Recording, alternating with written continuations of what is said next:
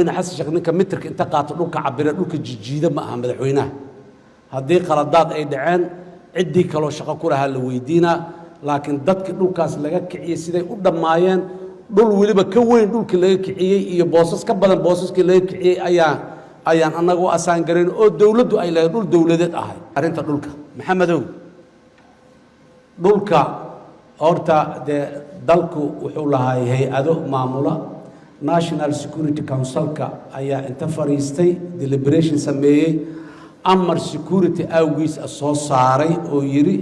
garoonka waa xirmaa documenti loo soo qoray ayayna keeneen hay-adaha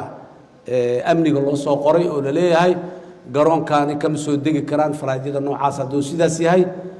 mararka ka mid oo basuuki waxbaa meesha looga tuuray waxbaa laga carqaladeeyey dhulka horta in la kiciyo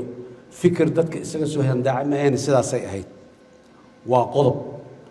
aniga marka la ii keenay oo intaasi national security councilka isku raaceen waa authorize gareey dadka in dhulka laga kiciyo duurka ha lagu daadiyo ma dhihin dhul kale oo dowladdu ay leedahay ayaan dadka hala dejiyo dhahnay guddiyaan u magacawnay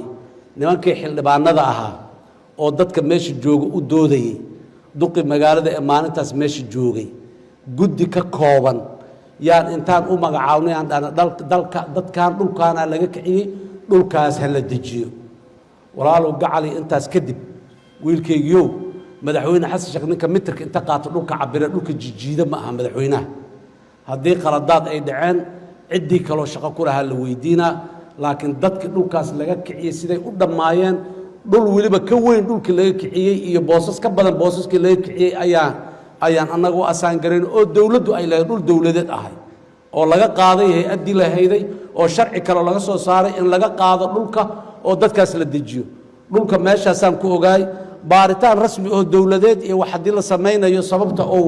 dhulka dadkii haddii dad la dejin ay jiraan loo deji waaye ama dhulkii danta guudi amniga loo bixiyey haddii la bixiyey sababta loo bixiyey waxaan u malaynayaa baaritaan kale iyo howlay u baahan tahay dowladnimo in loo baaro laakiin madaxweynuhu intii uu ku lahaa intaasay ahayd waana documented aniga wixii doorkii aan ku lahay waa qoran yihiin waana yaallaan